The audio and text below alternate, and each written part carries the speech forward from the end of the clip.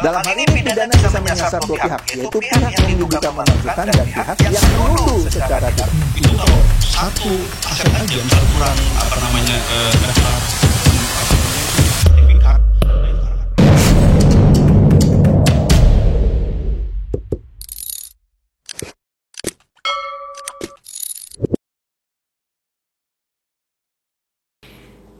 Halo Bapak Ibu, saudara-saudari sekalian, lovers and haters, salam cerdas Indonesiaku. Jumpa lagi kita pada kesempatan kali ini. Bagi Anda yang belum subscribe channel saya, silakan subscribe channel saya.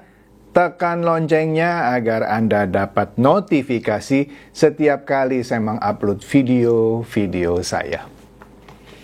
Kali ini sekaligus saya akan membahas 3 polemik ya.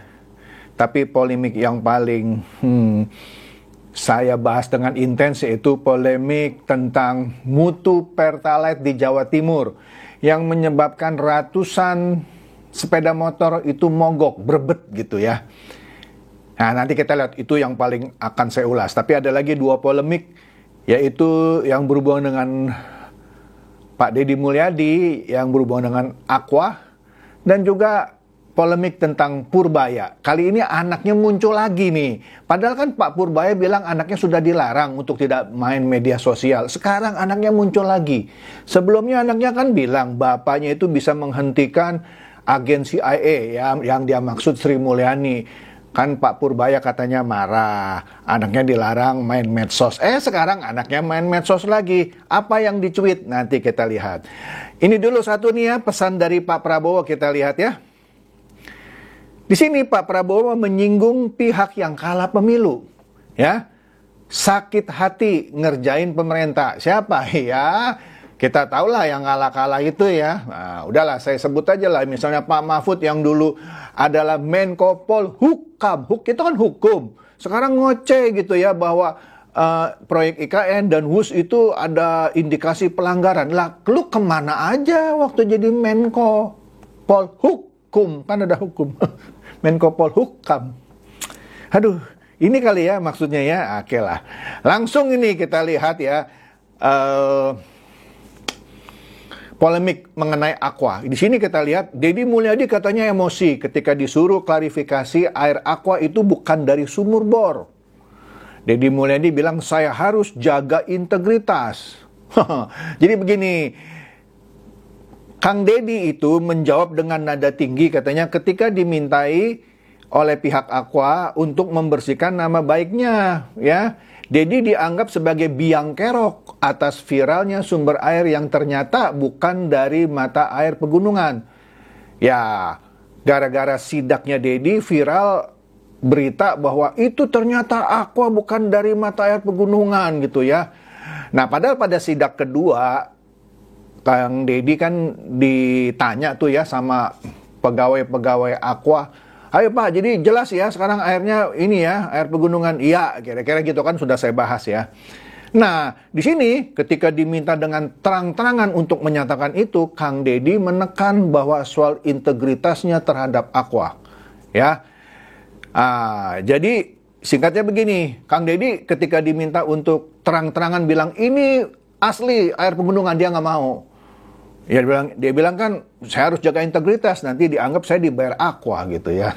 Padahal gara-gara sidak Deddy ke pabrik Aqua yang di Subang itu menjadi media sosial viral di media sosial yang menurut saya itu merugikan Aqua. Nah, contoh ini nih ya, media yang namanya Republik Merdeka Online, nggak tahu dia paling getol itu ya. Ya saya bukan ngebelain Aqua loh. Saya juga nggak dibayar sama Aqua, cuman saya kasihan sama Aqua. Anda lihat nih ya, dia membuat opini bahwa aparat penuntut penegak hukum dituntut untuk segera periksa Aqua di seluruh daerah. Ini ada opini dari seorang pemerhati kebijakan publik lah. Gitulah kira-kira. Kompas kemudian dia cukup baik lah ya. Dia membuat suatu berita ulasan dari ahli UGM yang menjelaskan beda air tanah biasa dan air pegunungan. Jadi begini, sebelumnya sudah pernah saya bahas ya, air pegunungan ya yang diklaim sama Aqua, dulu saya pikir wah diambil dari gunung, dialirkan pakai pipa, masuk ke pabrik. Dulu saya pikir begitu, ternyata enggak. Nah, ahli UGM ini menerangkan, juga sudah pernah saya bahas sebelumnya ya, air pegunungan yang dimaksud adalah air hujan, air apa yang dari gunung itu, dia turun. Nah, ketika dia turun ke daratan, itu ada namanya akuifer. Akuifer itu singkatnya, sebut saja sebuah saluran yang masuk ke dalam tanah, itu jauh lebih dalam ketimbang air tanah biasa. Jadi kalau orang sumur bor cuman ngambil air tanah itu cukup beberapa meter ya, saya nggak tahu lah berapa meternya. Tapi untuk mengambil air dari pegunungan tadi yang masuk ke saluran akuifer itu mesti dalam sekali. Memang sama-sama dibor, tapi kan pemberitaannya, wah aqua itu pakai air sumur bor. Bukan, memang harus dibor kan, kalau nggak ngambil air tanah dalam istilahnya. Akuifer itu sebut aja air tanah dalam, yang dalam sekali, ya harus dibor. Bor, masukin pipa kali gitu ya, terus disedot.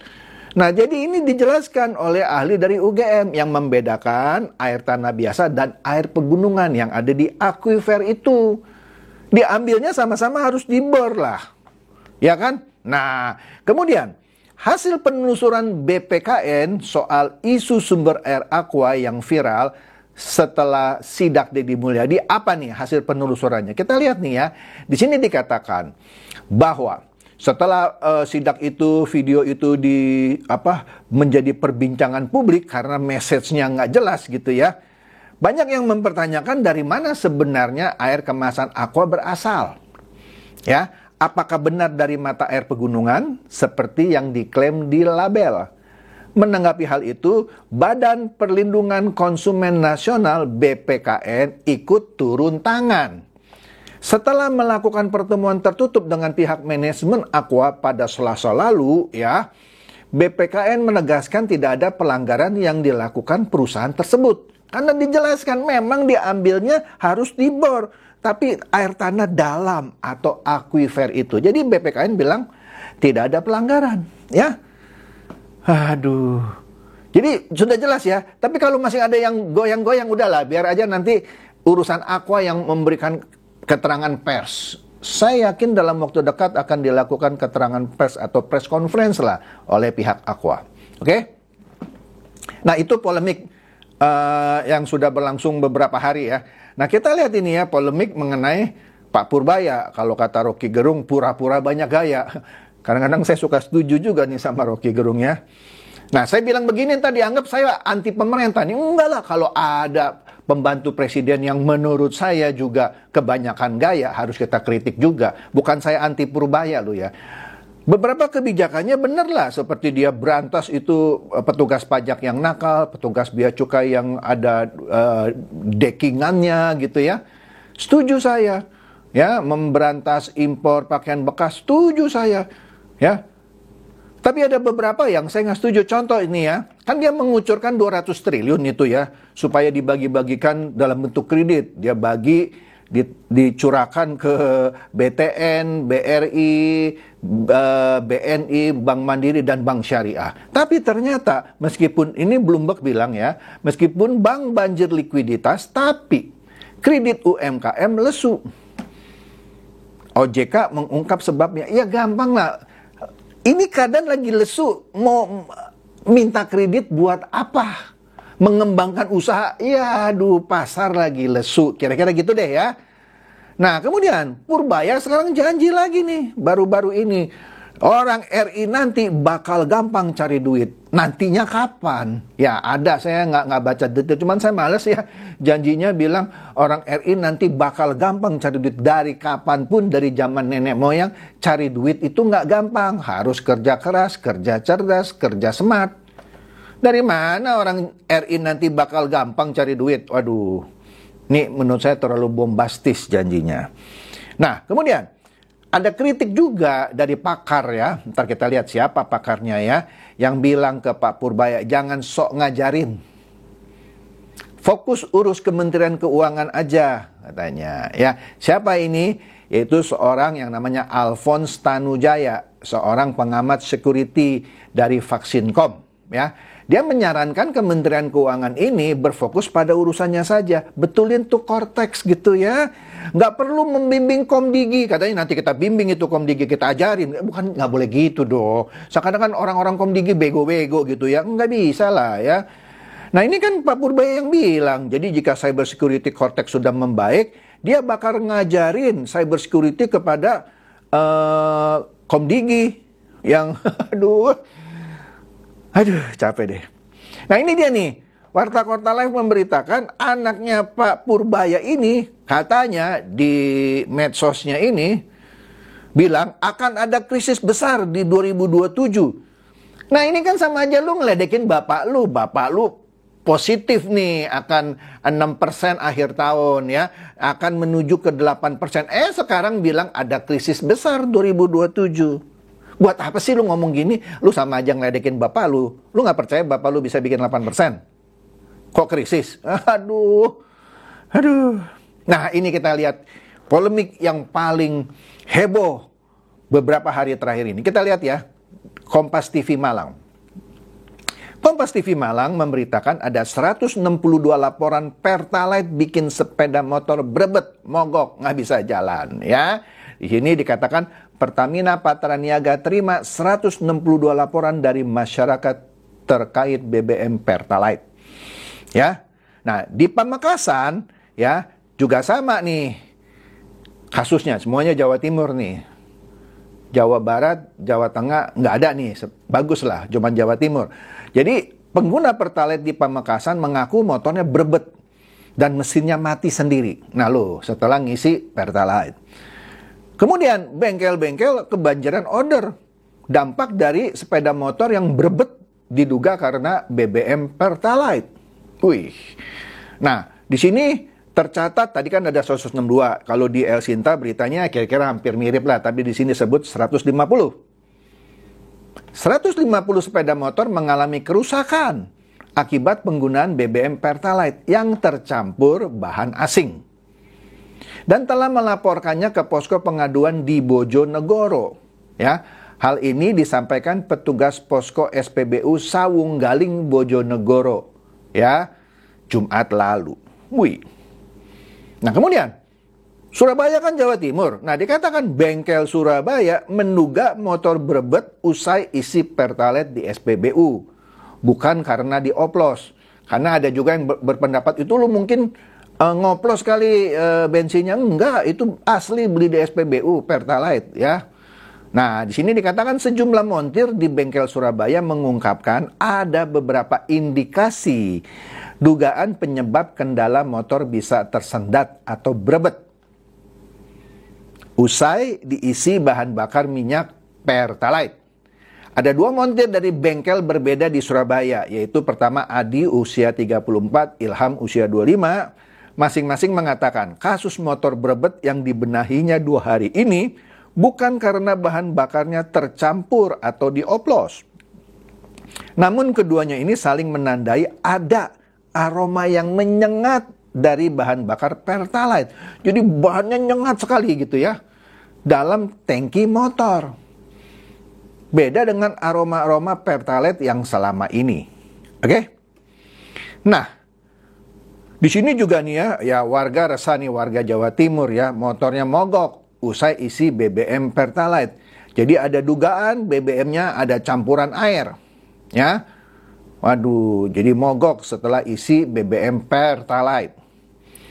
Nah, ini menarik nih ya. Ada hasil sidak Armuji. Armuji itu adalah wakil wali kota Surabaya, Pak Armuji ya. Pak Armuji sidak ke sejumlah SPBU di Surabaya. Ditemukan cairan berbeda di dalam Pertalite. Ada videonya ya. Di situ ditunjukkan ada di dalam satu botol gitu ya. Pertalite kan warnanya hijau. Di bagian bawah ada bagian yang bening. Nggak tahu itu air atau cairan apa. Itu dipertunjukkan di video itu. Ya, coba kalau Anda lihat di Warta Kota Anda bisa lihat videonya ya. Nah, kemudian soal temuan Pak Wakil Wali Kota Surabaya ini, Pak Armuji, ya, terkait Pertalite saat dia sidak, tidak mau dikomentari oleh Pertamina. Jadi Pertamina tak mau beri komentar. Di sini beritanya, Pertamina menolak berkomentar terkait temuan Wakil Wali Kota Surabaya, Pak Armuji. Ya, ketika menggelar sidak di SPBU Jalan Raja Wali, Kamis lalu. Direktur Utama Pertamina Patraniaga, Mars Ega Legowo Putra mengungkapkan hal itu. Ia menolak berkomentar mengenai temuan Armuji terkait Pertalite yang diduga tercampur dengan cairan lain. Dia tidak mau komentar. Nah, tapi petugas SPBU di Pamekasan akui bahwa Pertalite yang ada di situ gitu ya berwarna hijau kehitaman dan bau menyengat seperti yang disebut oleh dua montir tadi kan, ada baunya beda nih, menyengat. Ini petugas SPBU sendiri yang bilang. Kompas lu yang beritain. Kemudian Harian Surya juga ini memberitakan kira-kira hal yang serupa. SPBU cium Pertalite lebih menyengat. Ya, aduh, menyengat, lebih menyengat dari biasanya. Nih kita lihat nih, ya, yang di Pamekasan tadi, ya. Jadi warnanya itu sering berubah, jadi warna hijau kehitaman hingga berbau menyengat hidung katanya. Aduh, kok gitu ya? Nah, tapi Pertamina kan juga dia melakukan ngecek lah di lapangan katanya ya. Dia mengklaim bahwa BBM yang Pertalite itu sesuai standar kok katanya. Tapi motor tetap mogok, gimana dong? You bilang sesuai standar tapi motor tetap mogok. Ya pasti ada sesuatu lah. Kemudian Pak Bahlil juga mengecek kualitas BBM di Jatim. Usai viral motor berebet. Hasilnya apa? Pak Bahlil bilang pengecekan kita kualitas BBM Pertalite itu sesuai standar. Wih, tapi motornya berebet. Bingung kan? Nah, ini menarik nih, Kompas TV. Masyarakat mengeluhkan soal motornya berebet usai isi Pertalite. Nah, akhirnya Pertamina minta maaf. Ya, siap ganti rugi. Ganti rugi apa? Lah kan mereka kan ke bengkel, servis, keluarkan biaya. Ya minimum 100.000 aja tuh harus tuh. Minimum ya. Saya nggak tahu lah sekarang servis motor berapa ya. Nah itu katanya mau diganti rugi. Ya. Kalau ada spare part yang rusak gimana? Nggak tahu deh. Tapi Pertamina minta maaf dan siap ganti rugi katanya. Nah ini SPBU Pertamina Raja Wali ya di Jawa Timur. Khususnya di Surabaya, beri ganti rugi bagi konsumen Pertalite. Nah, ini kan baru SPBU Pertamina Raja Wali yang di Surabaya ya. Yang tempat lain, ya nggak tahu deh. Ya coba Anda cek deh ya. Nah, di sini Direktur Utama Pertamina Patraniaga yang tadi tidak mau berkomentar atas temuan Pak Armuji, yaitu Pak Mars Ega Legowo Putra, akhirnya buka suara. Setelah ramai keluhan soal motor berebet ini yang diduga gara-gara Pertamina oplosan. Nah, Ega bilang BBM di SPBU aman, ya. Dia memastikan bahwa tidak ada campuran etanol pada BBM jenis Pertalite atau jenis lainnya. Nah, di sini menarik nih ya. Tidak ada campuran etanol pada BBM jenis Pertalite atau jenis lainnya. Kita tahu ada satu bahan bakar yang namanya Pertamax Green yang RON-nya 95 itu mengandung etanol 5%. Ya kan? Tapi Pertalite sama Pertamax sama Pertamax Turbo kalau dari berita ini ya tidak mengandung etanol. Ya kan? Dia juga bilang dia meminta masyarakat tak khawatir terkait isu adanya campuran bahan etanol pada BBM. Tadi saya katakan hanya Pertamax Green yang ada etanolnya 5%. Artinya, ini konflik juga menurut saya. Pak Bahlil bilang nanti BBM di Indonesia kita kasih etanol 10%. Ini sudah ketakutan, bilang nggak ada etanol, kita nggak ada etanol.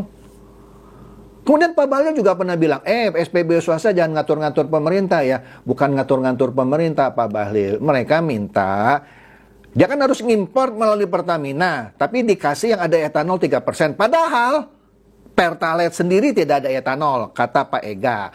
Kemudian, jelas ya, Pertamax tidak ada etanol. Pertamax Turbo tidak ada etanol. Yang ada etanol cuman Pertamax Green. Pertanyaannya kenapa SPBU swasta lu kasih etanol yang 3%? Ya tentu SPBU swasta nolak lah. Karena selama ini mereka juga jual yang tanpa etanol. Bukan soal ngatur pemerintah. Memang mereka minta diimportkan bahan dasar base fuel namanya ya. Bahan baku bensin dasar itu yang tanpa etanol. Tapi dikasih etanol 3%. Nah lu sendiri sekarang ini jualan bensin nggak pakai etanol kan? Yang pakai etanol cuma Pertamax Green. Ya jangan paksa dong SPBU swasta ngimpor dari Pertamina harus terima yang etanol 3%. Itu tidak sesuai dengan spek yang dia minta. Udah itu aja. Kemudian dikatakan etanol. Apakah Pertalite saat ini mengandung etanol?